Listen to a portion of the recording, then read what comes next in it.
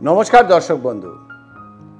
দর্শক বন্ধু অনেক মানুষ আছেন সমস্যায় পড়েছেন, কিন্তু সমাধান করার আগে রোজই ভাবছেন কি আজ কারুর কাছে যাব, কাল কারুর কাছে যাব। দেখুন, এই কাল বলে যখন কেউ ভাবেন তখন কিন্তু তাকে কালেই ধরে। অর্থাৎ এই কাল করতে গিয়ে সমস্যাটা যখন আপনাকে এতটাই জর্জরিত করবে যে দেয়ালে আপনার পিঠটা ঠেকে গেছে, সেই সময় আপনি বাঁচার জন্যে যে কোনো কারুর কাছে দৌড়ে যাবেন, গিয়ে সেখানে আপনি ঠকেও যেতে পারেন, কারণ আপনার তো সেই মুহূর্তে বেরিয়ে আসার দরকার। কিন্তু যদি সঠিক মানুষের কাছে সঠিক সময়ে গিয়ে পৌঁছতে পারেন, তাহলে কিন্তু আপনাকে কোনোদিন সমস্যার সম্মুখীন হতে হয় না। এই অনুষ্ঠানের গেস্ট এসকে আবিদ সবসময় একটা কথা বলেন যে দেখুন, প্রত্যেকের বাড়িতে একটা কিন্তু নর্দমা আছে যেখান দিয়ে জল যায়।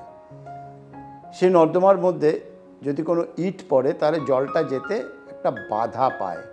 তখন কি কাজ, ওই ইটটাকে সরিয়ে দিলে জলটা কিন্তু স্মুথলি চলে যেতে পারে। আমাদের লাইফটাও তাই, গ্রহের কোনো বাধা বন্ধকতা আমাদের সহজ সরল পথে যেতে দেয় না, সেই বাধাটা আসে। আর ওই বাধাটাকে সরিয়ে দেওয়ার কাজটা যিনি করেন তিনি এসকে আবিদ। আর এইভাবে আজ বহু মানুষকে সফলতার শীর্ষে পৌঁছেছেন। তাই সেই সমস্ত মানুষদের তরফ থেকে, আমার তরফ থেকে, অনুষ্ঠানের তরফ থেকে এবং যারা ভাবছেন আসছেন তাদের প্রত্যেকের তরফ থেকে স্বাগত জানাবো এই অনুষ্ঠানের গেস্ট এসকে আবিদ ভাইকে। নমস্কার। নমস্কার দর্শক বন্ধু। আবিদ ভাই, সব রাশি নিয়েই তো আমরা শুনছি। একদম। ধরুন কারুর তুলা রাশি বা তুলা লগ্ন, একদম রাইট। তাদের জীবনেও তো স্বপ্ন আছে। হ্যাঁ, সবেরই জীবনে এক একটা স্বপ্ন থাকে। এবার গ্রহের অবস্থান কি থাকলে সেই মানুষের স্বপ্ন পূরণটা খুব তাড়াতাড়ি হতে পারে? দেখো, বৃষ রাশি আর বৃষ রাশি বা তুলা রাশির অধিপতি কিন্তু শুক্র।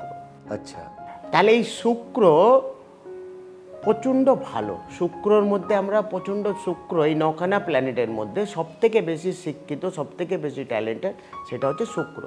শুক্রকে আমরা শুক্রাচার্য বলি, যেমন বৃহস্পতিকে আমরা দেবগুরু বলি, শুক্রকে আমরা একদম শুক্রাচার্য।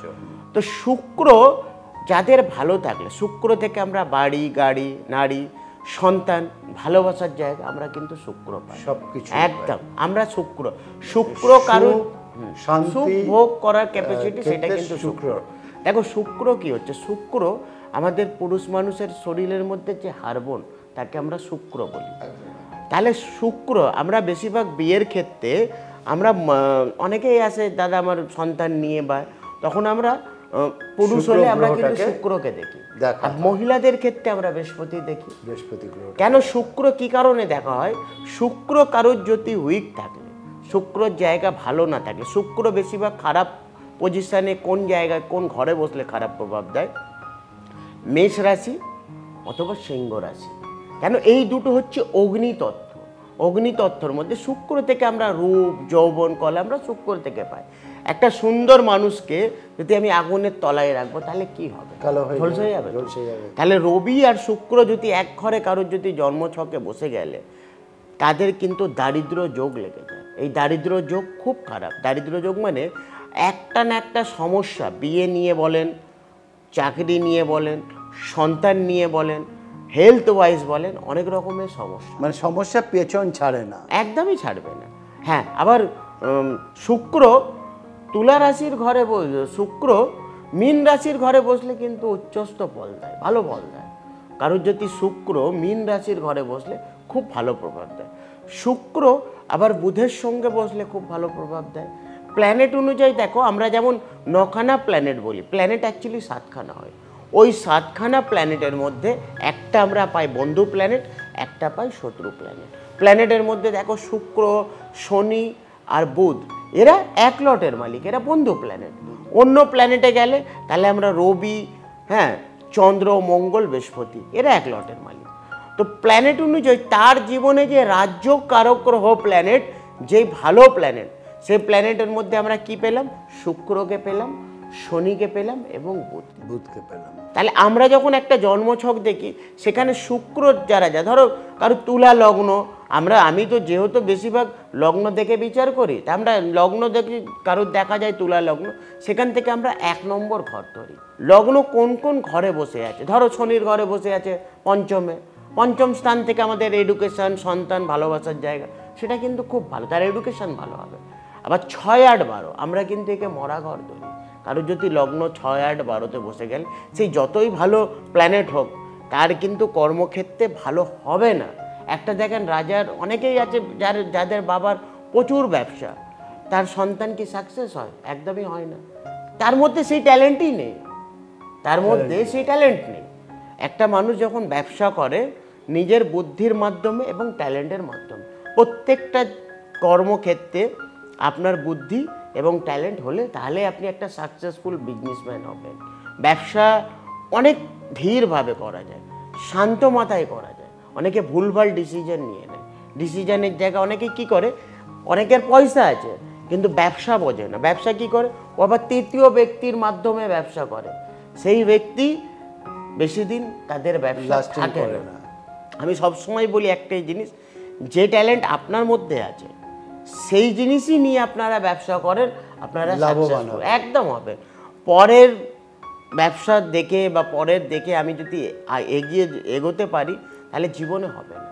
নিজের কর্ম নিজের জায়গায় থাকে। তো শুক্রর যারা জাতক বা তারা কিন্তু প্রচণ্ড ট্যালেন্টেড হয়।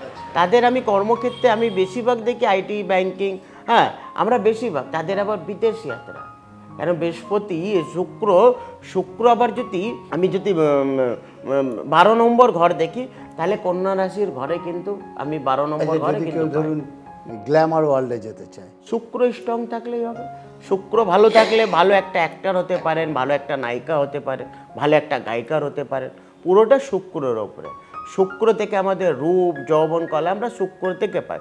শুক্র কারোর যদি জন্মস্থানে নিচস্থ হলে তাদের প্রচুর টাকা, তারা টাকা ভোগ করতে পারবে না, ভোগ করারও একটা ক্যাপাসিটি। একটা মানুষের কাছে দেখো প্রচুর টাকা, তার এত রোগ, সে কিন্তু অনেক জিনিস রাখাও থাকলে খেতে পারবে না, তার চাকর খাচ্ছে ও কিন্তু খেতে পারছে না। এটা শুক্রর ওপরে ডিপেন্ড করে। শুক্র কারোর যদি খারাপ থাকলে তাদের ব্লাড প্রেশার, সুগার, ইউরিনের, কিডনির সমস্যা আছে, তাদের ডায়ালিসিসের সমস্যা আছে। বেশিরভাগ রবি শুক্র এক ঘরে বসলে তাদের কিন্তু সুগার, ব্লাড প্রেশার, এইগুলো সমস্যা অনেক রকমের আমরা দেখতে পাই। দর্শক বন্ধু, তাহলে শুনলাম শুক্র খারাপ থাকলে কি হয়, শুক্র ভালো থাকলে কি হয়। আপনার শুক্রটা কীরকম আছে সেটা তো জানার প্রয়োজন আছে, আর তার জন্যে এসকে আবিদ আপনার সাথে, আপনার পাশে, আপনার সঙ্গে রয়েছে। শুধু ছোট্ট একটা ফোন করে বুকিং করে যোগাযোগ করুন। নবগ্রহ জেমসে আপনারা প্রত্যেক দিন 1টা থেকে রাত্রি 8টা পর্যন্ত পাচ্ছেন। অগ্রিম বুকিংটা বাঞ্ছনীয়। অনুষ্ঠান যারা দেখছেন চ্যানেলটাকে লাইক, শেয়ার, সাবস্ক্রাইব করুন। যিনি সবথেকে বেশি শেয়ার করবেন, স্ক্রিনশট পাঠাবেন, ওনার জন্য একটা পুরস্কার রয়েছে যেটা সারা জীবন ওনার কাজে লাগবে, এরকমই একটা পুরস্কার। এই বলে অনুষ্ঠান শেষ করব। দাদাকে বিদায় জানাবো আপনাদের। নমস্কার দর্শক।